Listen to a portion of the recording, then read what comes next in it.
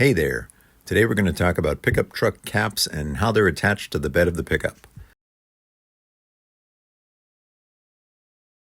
Here we're going to look at one typical example. This is a Ford Ranger two-wheel drive with a 6-foot bed. It's a pickup from the 2000s.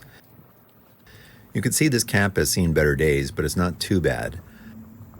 On the inside, you can see that even though the cap does have a removable rubber foam seal where it contacts the metal around the edge of the bed, it still does leak a little tiny bit when it rains.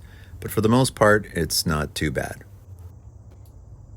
There's clearly a bit of rust on this bed, which could be cleaned up a bit, and then we could put on a spray bed liner to make it look a little bit nicer. But it's pretty clear evidence that these truck caps don't give you a perfect seal. Around the edge of this 6-foot cap are 4 clamps. And these aren't normal seat clamps like you might use in woodworking.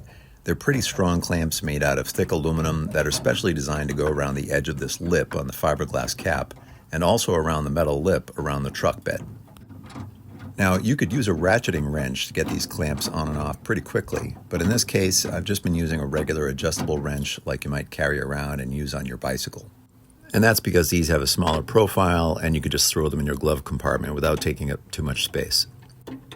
And after the clamps come off, people will take these caps off using all sorts of techniques. I've seen folks use pulleys and ropes and all sorts of other complicated contraptions, but most people I know just use brute force to wiggle it off the back or just have a friend lift it off and put it on with you.